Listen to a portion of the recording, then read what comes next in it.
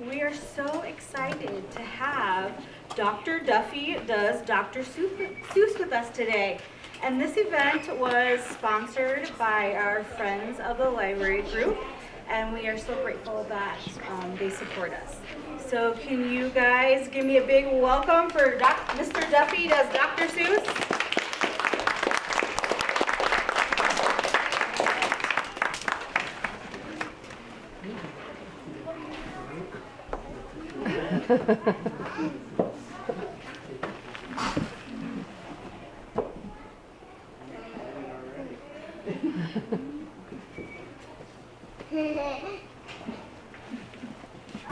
Behind you.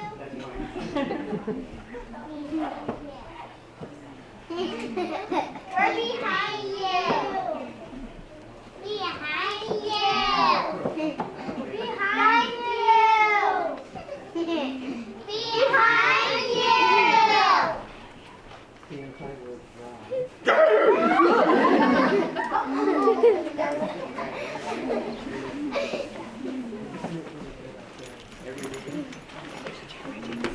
Hello.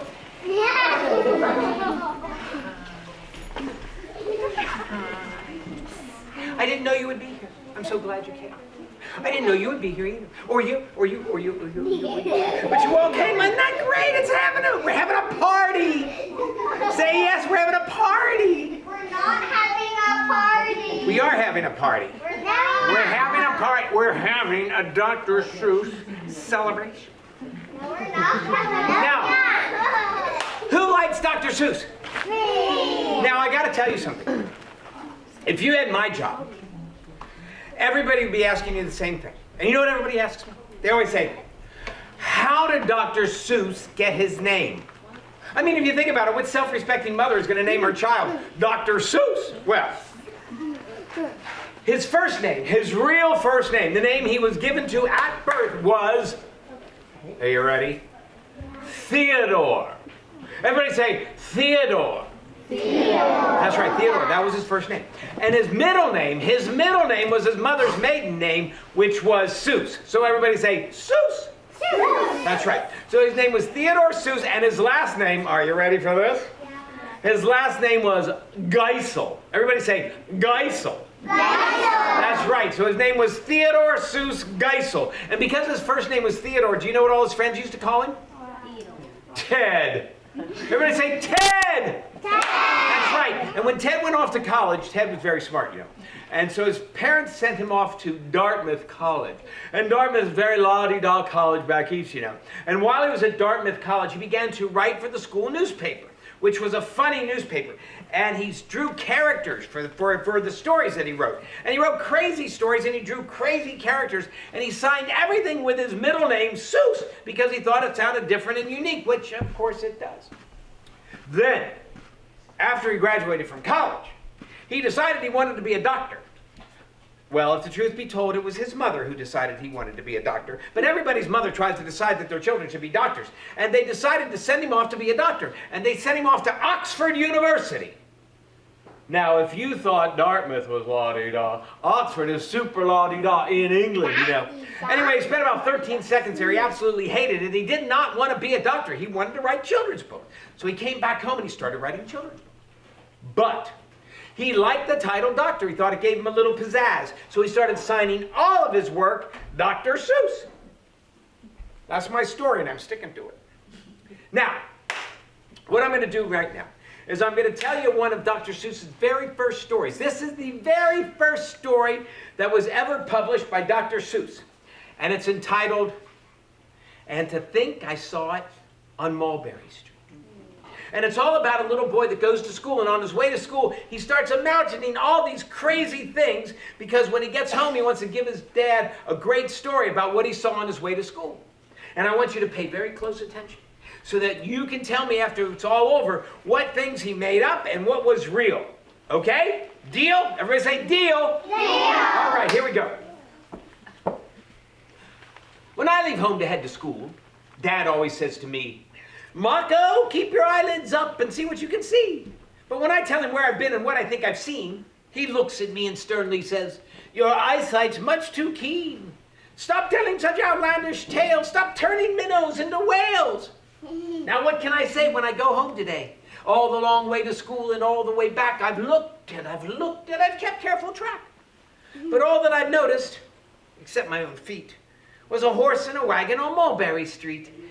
Well, that's nothing to tell of. That won't do, of course. Just a broken down wagon that's drawn by a horse. That can't be my story. That's only the start. I'll say that a zebra was pulling that cart. And that makes a story that no one can beat when I say that I saw it on Mulberry Street. Oh, but I don't know. It doesn't seem right. A zebra's too small. A reindeer is better. He's fast and he's fleet and he'd look mighty smart on old Mulberry Street. Hold on a minute, there's something wrong. A reindeer hates the way it feels to pull a thing that runs on wheels. He'd be much happier instead if he could pull a fancy sled. Say a reindeer in a sleigh. Anyone could think of that. Jack or Fred or Joe or Nat, say even Jane could think of that. But it isn't too late to make one little change, a sleigh. And an elephant, there's something strange. I'll pick one with plenty of power and size. A blue one with plenty of fun in his eyes. And then, just to give him a little more tone, have a Raja with rubies perched high on a throne. Say, that makes a story that no one can beat when I say that I saw it on Mulberry Street. Oh, but I don't know, it still doesn't seem right. An elephant pulling a thing that's so light would whip it around in the air like a kite. Oh, but he'd look simply grand with a great big brass band. Oh, a band that's so good should have someone to hear it. But it's going so fast that it's hard to keep near it. I'll put on a trailer. I know they won't mind if a man sits and listens while hitched on behind. But is it fair? Is it fair what I've done? Why, I bet that those wagons weigh more than a ton. That's really too heavy a load for one beast. I'll give him some helpers. He needs two at least. Oh, but now what worries me is this. Mulberry runs into bliss. Unless there's something I can fix up, there'll be an awful traffic mix-up. It takes police to do the trick, to guide them through where traffic's thick. It takes police to do the trick. They'll never crash now. They'll race at top speed with Sergeant Mulvaney himself in the lead. Oh, the mayor is there, and he thinks it is grand. And he raises his hat as they dash by the stand. The mayor is there, and the aldermen too, all waving big banners of red, white, and blue. Say, that makes a story that no one can beat when I say that I saw it on Mulberry Street. With a roar of its motor, an airplane appears and dumps out confetti while everyone cheers. And that makes a story that's really not bad. But it still could be better. Suppose that I add a Chinese man who eats with sticks, a big magician doing tricks, a 10-foot beard that needs a comb. Oh, no time for more, I'm almost home. I swung round the corner and dashed through the gate. I ran up the steps and I felt simply great. For I had a story that no one could beat. And to think that I saw it on Mulberry Street. Dad said to me calmly, just pull up a stool and tell me the sights on the way home from school. There was so much to tell I just couldn't begin. Dad looked at me sharply and pulled at his chin. He frowned at me sternly from there in his seat. Was there nothing to look at, no people to greet? Did nothing excite you or make your heart beat? Nothing, I said, growing red as a beet, but a plain horse and wagon on Mulberry Street. That's Dr. Seuss's very first book, entitled And to Think I Saw It on Mulberry Street. And he wrote it back in 1937. Why, in 1937, you were just a little kid. Now, My mom wasn't even born. oh, I'm sure your mom was born. No. She was born in 1989. Oh, my goodness. I think that's the year I bought these shoes. Anyway, what was I going to say? Oh, okay, so you were paying close attention. So I'm going to name things from the Dr. Seuss book that we just listened to, and you tell me if it's something that really happened or something that was imaginary. Was there really a zebra? No, there wasn't a zebra. Was there really a horse? Yeah, there was really a horse. Was there really an elephant? No. Was there really a wagon? Yes, there was. There was really a wagon. Was there really a school? Where did he go? He was going to school. That's right. Was there really a dad? Yes, there was. See, you guys are paying attention. Was there really Was there really a trailer on the back of a elephant? Was there really a brass band? So you see, most of everything he talked about was made up in his head, right? You know what's so cool about it? Is because that's the funniest part of the whole book, is the stuff he makes up. And that's what's so wonderful about Dr. Seuss, was that he's so creative and he makes up these crazy things. And each one of you, inside of your incredible brains, which are very huge, can invent anything you like. You can do anything you like. You can invent anything you like. You can think of anything you like. And all you got to do, once you think of something really wild, is figure out a way to make it real. And that's what Dr. Seuss did by writing books. But other people do it different ways. Some people invent incredible instruments. Some people write books. Some people build buildings. Some people design amusement parks and roller coasters. People do all kinds of crazy things because they have wild imaginations. And once they take their imagination and put it to use, woo, they become millionaires. And I want you all to become millionaires. Okay? Say, yes, I want to be a millionaire. Yes! That's right. See, now we're on the right track. You see, this is what school's all about. Okay, now, I thought that since Dr. Seuss was very magical, I would do some magic. Who likes magic? Me. All right, great. Now, what I'm going to do now, I'm not really sure that this is magic. And I'm not sure it's real magic, but I'm telling you right now, what I'm going to do is I'm going to share with you a magic trick that I think is kind of like real magic, but I'm not really sure. But you're going to have to watch it and let me know. Now, this is all about a white handkerchief. You see. This is about a white handkerchief that I'm going to take, and I want you to notice that it's white on both sides. Did you notice that it's white on both sides? And that's going to become very important in a second, because if it was only white on one side, well, then it would have to be another color on the other side, and then that would be a problem. So what we're going to do is we take this white handkerchief. Now you have to watch this. You take a white handkerchief and I put it inside my hand. Are you paying it close attention? Yeah. Because this is when some crazy magic happens. I get the white handkerchief in my hand, and this is when the magic happens. It's a white handkerchief. It goes in white. But it comes out red. Oh my goodness, isn't that wild? It went in white and it comes out red. I mean, that's pretty amazing. That's pretty amazing. Isn't that pretty amazing? And it's almost as if in my hand I have some handkerchief painting equipment in my fingers, and it's magically painting the white handkerchief red while it is still in my hand. And I mean, that's pretty cool. I mean, that's how you turn a white handkerchief into a red handkerchief. And you got to admit, you don't see that every day, right? So give me some applause.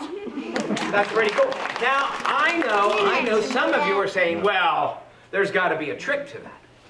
There has, and this young man right here, look at the brain on this young man. He says he thinks he already knows. So since he already knows, I'm gonna go ahead and tell him. See, before I even came out here, I took the red handkerchief and I stuffed it inside my hand.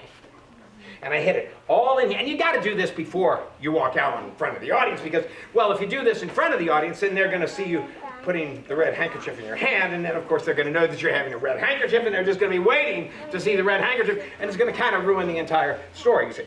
So you take the red handkerchief, you put it in, and it starts to come out white, and that's pretty cool. And what you really want to everybody to know is that actually you have two handkerchiefs. You see, and that's what you do. You take two handkerchiefs, and then what you do is you hold the red one in this hand here, because you don't want anybody to see it. You see, no, you've got the white handkerchief over here. And you don't want anybody to see the red handkerchief, because right here is the red handkerchief. And this is called palming. It means I'm palming the red handkerchief. I have it hidden in my other hand. And so when you see a magician do that, he'll stand very casually like this. Be like that. But this hand will be going like this. Because he wants you to look over here, because this is called misdirection. But you look over here because there's nothing over here. But don't look over here because this is where the red handkerchief is. But you're going to look over here all you want because there's nothing over there. But there's nothing over. And you don't want to look here, because if you look here, you're going to see how the magic is done. Oh, wait a minute. No. How did I do that? Wait a second. Okay. See, I took the white handkerchief and I stuffed it inside here, inside my hand. How did I do that? Stuffed it inside. Stuffed it inside, and then it came out red. Oh, that's right, I stuffed it inside and it comes out red. I get so confused about how this works. You stick it white inside, and then it comes out red. Anyway, that's how you do it. That's how you turn a white handkerchief into a red handkerchief, back into a white handkerchief, back into a red handkerchief. And it looks like real magic, but honestly, it's just a silly little trick. Okay, everybody, give me some applause. Come on, give me some love. Give me some love. Okay, now, I want to share with you a second story by the great Dr. Seuss. The great Theodore Seuss Geisel. I always get a in my throat when I say Geisel. Anyway, this is a story about some crazy looking animals. They're very tall and they look like yellow birds, and some of them have something on their bellies and some of them don't. And I'm going to tell you why I'm going to tell you this story. People always want to know what Dr. Seuss is all about. What's the theme of Dr. Seuss? Everybody say, theme. Theme is just a $25 word that means what it's all about. And this is really what Dr. Seuss is all about. If you look around, you'll see that some people have rainbow-colored glasses. Some people have red hair. Some people have pink in their hair. Little pink barrettes in their hair. Some people are tall, some people are short, some people are round, some people are skinny. We're all different, right? Everybody say right. Right. Because we are. We're all different. We're all different, unique human beings. But we're all human beings. That means we're all people. Right? Yeah. Everybody say right. Right. Okay, so this is what's so wild. Because we're all different and unique, we're all kind of different. Because we're all people, we're all kind of the same. So the beauty of Dr. Seuss is that we're all different and we're all the same at the same time. Everybody say, right. Right. Okay, and that's pretty cool. So this is a story about some animals. They're tall and yellow with stars and not stars, and I don't understand. Anyway, it's all about being the same and being different at the same time. And it's all about how you take it in your head. So, I mean how you accept it or don't accept it. This is the story of the Sneetches. Now, the star-belly Sneetches had bellies with stars. The plain-belly Sneetches had none upon theirs. Those stars weren't so big, they were really so small, you might think such a thing wouldn't matter at all. But because they had stars, all the star-belly Sneetches would brag, "Oh, we're the best kind of Sneetch on the beaches. With their snoots in the air, they would sniff and they'd snort. We'll have nothing to do with the plain-belly sort." Whenever they met someone, they were out walking. They'd hike right on past them without even talking. If the star-belly children went out to play ball, could a plain-belly get in the game? Not at all. You only could play if your bellies had stars, and the plain-belly children had none upon theirs. If the star-belly Sneetches had Frankfurter roasts, or picnics, or parties, or marshmallow toasts, they never invited the plain-belly Sneetches. They left them out cold in the dark of the beaches. They kept them away, never let them come near, and that's how they treated them year after year. Then, one day it seems, when the plain-belly Sneetches were moping and doping alone on the beaches, just sitting there wishing their bellies had stars, a stranger zipped up, in the strangest of cars. "My friends," he announced in a voice clear and keen, "my name is Sylvester McMonkey McBean, and I've heard of your troubles, I've heard you're unhappy, but I can fix that. I'm the fix-it-up chappie. And I've come here to help you. I have what you need, and my prices are low, and I work at great speed, and my work is 100% guaranteed." Then quickly Sylvester McMonkey McBean put together a very peculiar machine. "You want stars," he said, "like a star-belly Sneetch? My friends, you can have them for $3 each. Just pay me your money and hop right aboard." So they clambered inside, and the big machine roared, and it clunked, and it bumped, and it burped, and it jerked, and it popped them about. But the thing really worked. When the plain-belly Sneetches popped out, they had stars. They actually did. They had stars upon theirs. Then they yelled to the ones who had stars at the start, "We're exactly like you. You can't tell us apart. We're all the same now, you snooty old smarties, and now we can go to your Frankfurter parties." "Good grief," groaned the ones who had stars at the first. "We are still the best Sneetches, and they are the worst. But now how in the world can we tell?" They all frowned, "if which kind is what, or the other way round." Then up came McBean with a sly little wink, and he said, "Things are not quite as bad as you think. So you can't tell who's who. Well, that's perfectly true. But come with me, friends. Do you know what I'll do? I'll make you again the best Sneetches on beaches, and all it will cost you is $10 eaches." "Belly stars are no longer in style," said McBean. "What you need is a trip through my star-off machine. This wonderful contraption will remove all your stars, so you won't look like Sneetches who have them on theirs. And this convenient machine, working very precisely, removed all the stars from their tummies quite nicely. With their snoots in the air, they paraded about. They opened their beaks and they let out their shout, we know who is who now, there isn't a doubt. And the best kind of Sneetches are Sneetches without. Then, of course, those with stars all got frightfully mad. For to be wearing a star now was frightfully bad. Then, of course, old Sylvester McMonkey McBean invited them into his star-off machine. Then, of course, from then on, as you probably guessed, things got into a horrible mess. All that afternoon on those wild, screaming beaches, the fix-it-up chappies kept fixing up Sneetches. Off again, on again, in again, out again. Through the machine, they went round and about again, changing their stars every minute or two. They kept paying money, they kept running through, till neither the plane nor the star bellies knew whether this one was that one, or that one was this one, or which one was what one, or what one was who. Then, when every last cent of their money was spent, the fix-it-up chappie packed up, and he went. And he laughed as he drove in his car up the beach. Ha ha! They never will learn. No, you can't teach a Sneetch. Oh, but McBean was quite wrong, I'm happy to say. That the Sneetches grew really quite smart on that day. The day they decided that Sneetches are Sneetches and no kind of Sneetch is the best on the beaches. That day all the Sneetches forgot about stars and whether they had them or not upon theirs. That's the story of the Sneetches. Everybody say, yay! Yay! Now let me ask you some questions about that story. What did it mean to have a star on their belly? That you were the best Sneetches. That you were the best Sneetches. But then ultimately, does it really matter?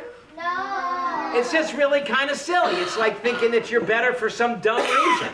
Because we're all really kind of the same. And nobody's really better than anybody else. We're all just here together, right? Right, you guys are great. You guys are great. Okay, now, you listen to another Dr. Seuss story, so I guess it's time for me to do a little more...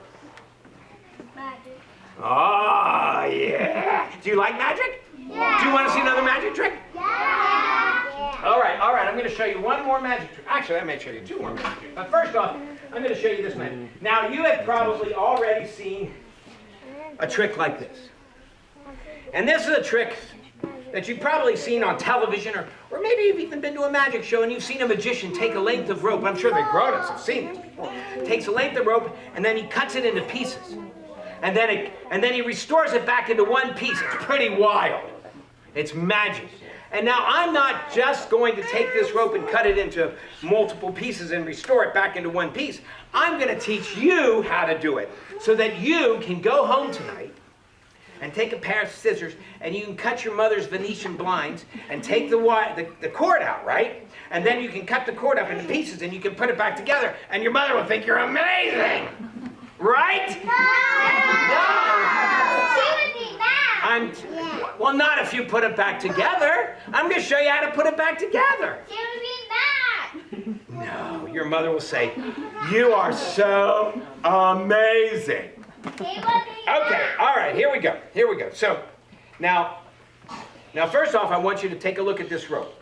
And will you look at this rope and let me know if it's a normal rope? Does that look like a normal rope to you? Here, would you check it out? Here, you can check it out. Make sure there are no mirrors in it, no secret compartments, no smoke. It's a normal mirror, right? Yeah, normal mirror. It's not a mirror at all. It's a normal piece of rope, right? We're all checking it out. Okay, we're checking it out. Okay, does it look like a normal piece of rope? Okay, everybody sit back down. You gotta sit down so I can do the trick now.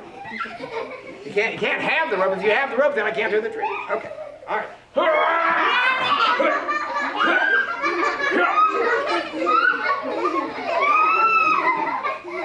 You see, this is why they pay me to do this. All right, enough. Can I have my rope back, please? May I have my rope back, please? Thank you. You just gave it to me, and now you're taking it back. You see, if I resort to violence, then you're going to be upset, so I'm not going to do that. Okay, come on. Can I have my rope? All right. I just wanted you to check it. So it's a real rope, because obviously if it wasn't a real rope, you wouldn't be able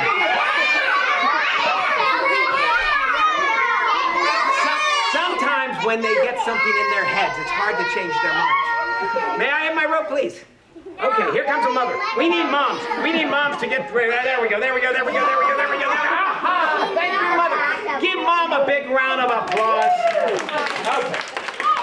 Now, I want you to pay very close attention because I'm going to teach you how to do this. Okay, quiet. Shh, shh, shh, shh. Because if you don't hear all the instructions, you're not going to know how to do it. But you're going to want to know how to do this because then you can go to school and you can freak all your friends out because you're going to make ropes, cut them up into pieces and make it reappear into one piece. It's a pretty amazing trick. So pay attention. Now first I have to tell you that the cut and restored rope, and that's what we call it the cut and restored rope, is really nothing about the rope at all. So you can use any piece of rope like this. This is just a normal piece of rope that you buy in any hardware store. But it's all about a secret magical knot. A secret magical knot called the Mongolian pop knot. Now, that's what we call it here in the United States. I'm really not sure what they call it in Mongolia. But we call it the Mongolian pop knot. And this knot was invented eons ago. And it was passed down verbally from magician to magician, generation after generation. And I happen to know the secret. And so I'm going to share it with you. This is how you tie the Mongolian pop knot. Now, in order to do the trick, what you do is you take two pieces of rope. Take the same rope and you get two ends together. You got to get the two ends together. Right? You get the two ends together, and then what you want to do is you want to put them all. You want to get all these ends together like this.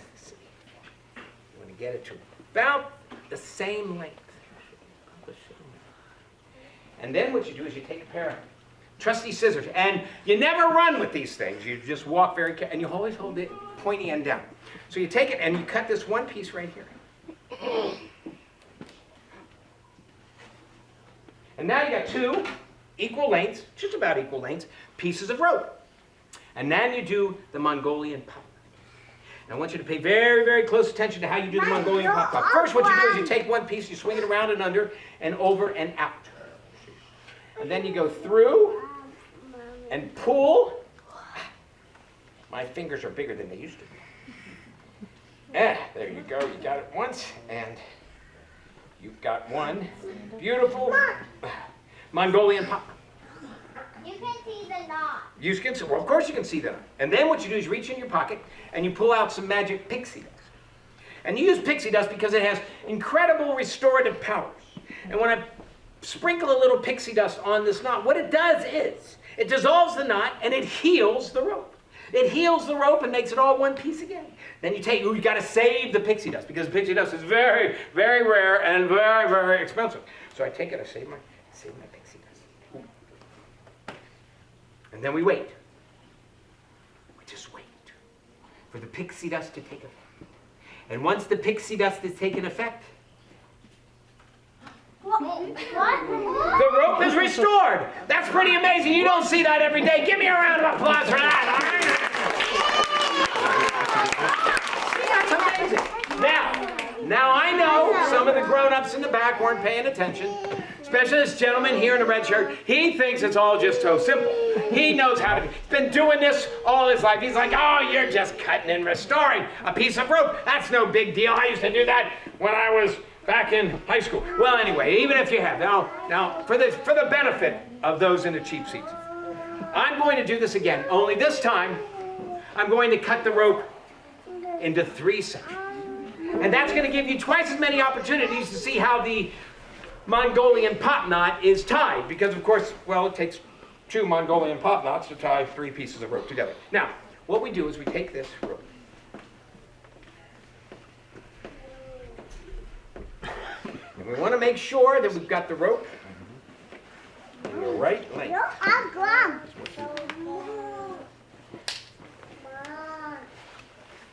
Want it to be about, it's really important that we get it almost exactly the same length. So then we take the scissors. Now watch, are you paying attention? This is very, very important. Take, and now we have cut it, we cut it here, and then we'll cut it down here.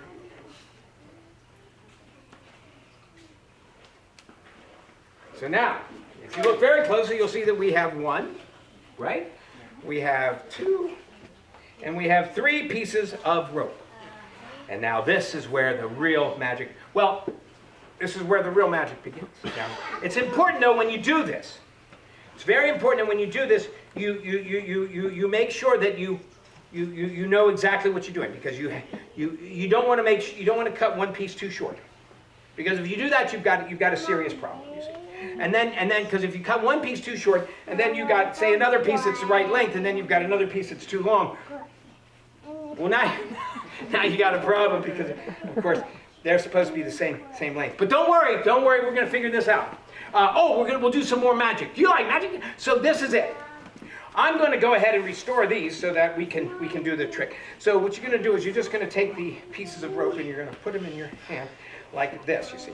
And then you get all the ends together. So you want to get all the ends together.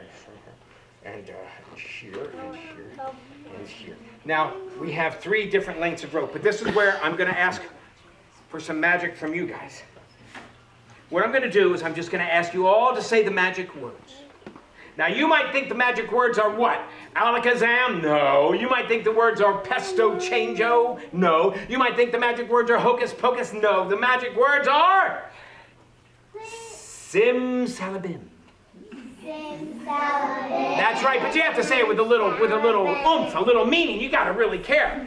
On 1, 2, 3, we're going to say simsalabim, but I hope that you really mean it, because if you really mean it, then we can make some magic happen. 1, 2, 3. Simsalabim! Oh, look, you did it. You made it all with 1. That's awesome. That's awesome. You guys are great. See, so now we still have 1. See? 1. And we still have 2. And we have 3 pieces of rope. All right, good. You guys are really, really great. So what we're going to do is we're going to tie the Mongolian pop knot. I'm going to ask you all to pay close attention as we tie the knot. Now what you do is you take one end, you swing it down and around and through and in and out. Then you bring it over and up. And you take one end and you swing it through and you pull it tight. Then you go back and around the same way that you went in and out and over and about. And you swing it over and up and down and in and out, and you pull it tight. And you have a Mongolian pop. Now, You have a more pixie dust. I will tell you about the pixie dust here in a second. Now pay attention, and if you need to take notes, go ahead and take notes. Now, the blue line is there for a reason. So then you take one end, you swing it around and through and in and out and open and down. Then you go through and over and in and out, about the same way you went down and through and in and out and over and about. And then you pull it tight. And you have a second Mongolian pop. And that's when you reach in your pocket and you get out the magic pixie dust. That's right. And you sprinkle a little on here. You sprinkle a little on there. Now, I'm telling you about the magic pixie dust, but it's really hard to get. You know, it's very rare. It's very rare, very magical, very expensive. I actually grind my own. But you got to be careful, and folks, listen, send the kids out of the house, because those pixies make a heck of a racket in the blender. I got that. Anyway, so here you go. You wait a second here. You wait a second, and oh no! And look at that! And now you have one rope all together. You had 2, 3, and now you have 1, and that's how you take a rope. You cut it into 3 pieces, you tie it together with a Mongolian pop knot using pixie dust, and it's a great trick, and I need some applause from you guys. Come on. Thank you. All right. Now, does anybody know somebody who is really stubborn? And adults are allowed to answer this question, because I suspect the most stubborn ones are sitting on the floor right here, as evidenced by the fact that I had to wrestle into the ground in order to get my rope back. Okay, you don't have to stand up. You can sit down. Exactly. I would prefer that you sit down. I mean, you got to sit. I mean, sit. Parents, are you? Okay, come on. Okay, everybody sit down. Now, this is a story. Do you know what it means to be stubborn? I don't know if you even know. It means that you want what you want when you want it now, and you want it because you want it. So we're going to practice. I'm going to count to 3. And when I get to 3, we're all going to yell as loud as we can, and we're going to disturb everybody. We're going to yell, I want 3 times. Are you ready? Yeah. 1, 2, 3. You see? You know what it means to be stubborn. This is a story about two very, very stubborn people. Well, it's a Dr. Seuss story, so it really can't be about people. This is the story of the Zacks. One day, making tracks in the prairie of cracks, came a north-going Zacks and a south-going Zacks. And it happened that they came to a place where they bumped, and there they stood, foot to foot, face to face. Look here now, the north-going Zack said. I say you're blocking my path. You're right in my way. I'm a north-going Zacks, and I always go north. Get out of my way now and let me go forth. Who's in whose way? Yelled the south-going Zacks. I always go south-going tracks. And I'll stand here not go moving. I can and I will if it means you and me and the whole world stand still. Well, of course, the world didn't stand still. It grew. After a couple of years, the new highway came through. And they built it right over those two stubborn Zacks and left them there standing unbudged in their tracks. That's the story of the Zacks. Everybody say, yay! Yay! And you know what that's all about? It's about one Zack doesn't want to move, and the other Zack, he doesn't want to move, and they're standing and they're just going to stand and argue and never move and never change their mind. Sometimes we have to change our mind to get along with other people. And sometimes we don't. Okay, how about this? How about if I share with you a magical secret? Do you want a magical secret? Yeah. I'm going to share with you.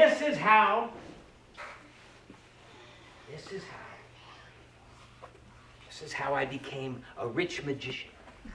You're not a magician. Oh, I'm not? That hurt. That really hurt. That hurt me deep down. That hurt me deep down. You cut me to the quick, young lady. I want to tell you a story. When I was a little kid, I wanted to be a magician. And so on my 9th birthday, I went down to the local magic shop. And I went to the magic shop, and I knocked on the door. Because you couldn't just walk in because it was magic. And this little door opened. And this old man with a long white beard looked out. And he looks around, and he doesn't see anything. Then he looks down, and he sees me down. He goes, yes? He said, just said, yes. And I said, oh, Mr. Magician, I wanna be a magician. He goes, why would you want to be a magician? I said, well, because I want to be rich. He said, you want to be rich? I said, yes, and I know that if I'm a magician, then I'll be very rich. And he said, so you want to learn how to make money? I said, yes. He said, and he just closed the door. And then I heard, and the doors opened. And I walked in. And there were all kinds of magical things all over the place. And it was a little spooky. And he said, young man, come here. And he says, so, you want to be a rich magician? I said, yes. He says, I will teach you the secrets of being a rich magician. I said, that's great. He says, do you have any money? I said, oh, yes, today's my birthday. I talk all my birthday money. How much money do you have? I said, well, that's fine. I've got $1, I got $2, I got $3, $4, $5, $6. I've got $6. He said, that's wonderful. This will cost you $3. I said, oh, okay. So I gave him $1. I gave him $2. And I gave him $3. I said, now, will you teach me how to be a rich magician? He said, yes.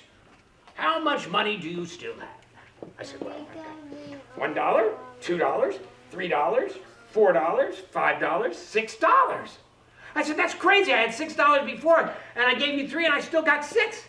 He says, now you're starting to figure it out. I go, figure out what? He says, I'll tell you. But you must give me $3. Oh, okay. So I gave him $1. I gave him $2. And I gave him $3. I said, now will you show me the trick to making money? He said, yes, of course, young man. But you must tell me how many dollars you have left.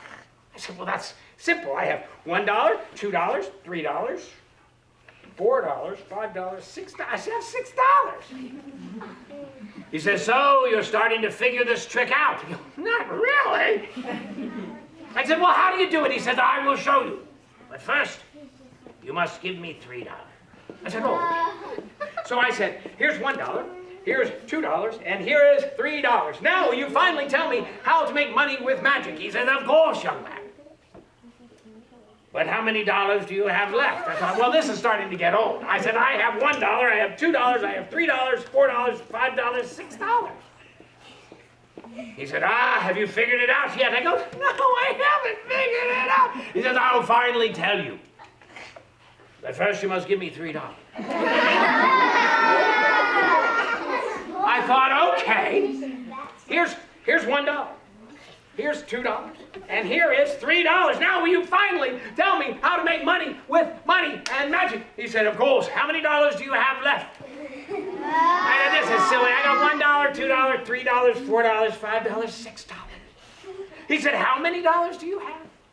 I said, I have 1, 2, 3, 4, 5, 6. He said, you have $6. And I have 1, 2, 3, 4, 5, 6, 7, 8, 9, 10, 11, $12. He says, that's how you make money with magic. It's a joke, right? Now, you get it, right? You get it. You get it. See, he's got 12 and I only had 6. Get it? You know, that's how he made the money, not me. I didn't make money. He made money. Oh my goodness. Oh my goodness. Okay, I got one more. I have one more story for you. I got one more.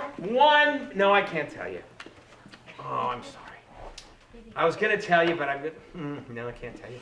Why? Well, I can't tell you because I'll wrestle because it's a scary story. I'll wrestle you. And I know you don't want to hear a scary story. Now, wait a minute.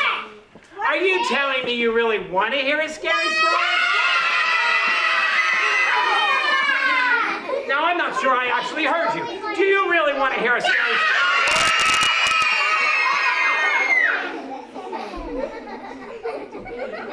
Now, I'll give you one more chance to change your mind. Would you like to hear a scary story?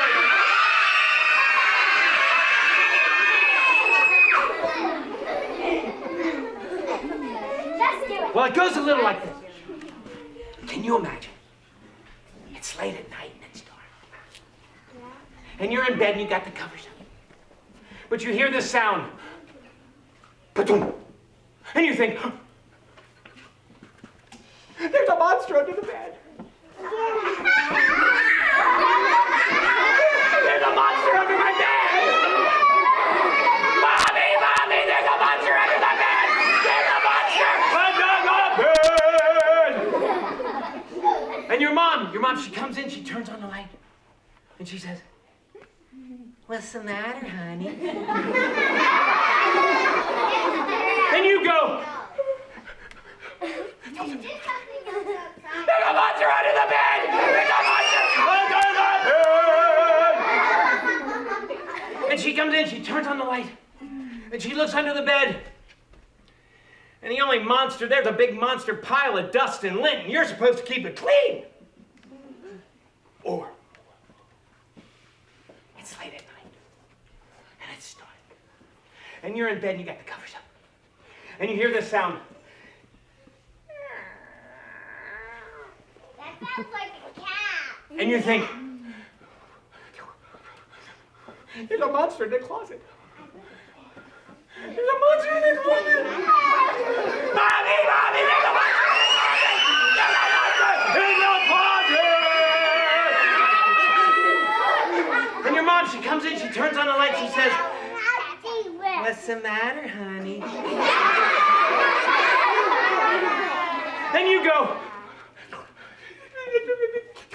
there's a monster in the closet! There's a monster in the closet! And she comes in and she turns on the light and she opens up the closet. And there is a monster in the closet. It's a big monster pile of your dirty clothes. Hey, I want to thank you all for coming. See ya. Thank you for coming. Have a wonderful rest of your day. Can we give Duffy, Mr. Duffy, a big round of applause? That was so fun. Thank you. thank you. Well, I guess I can do the Mongolian pop.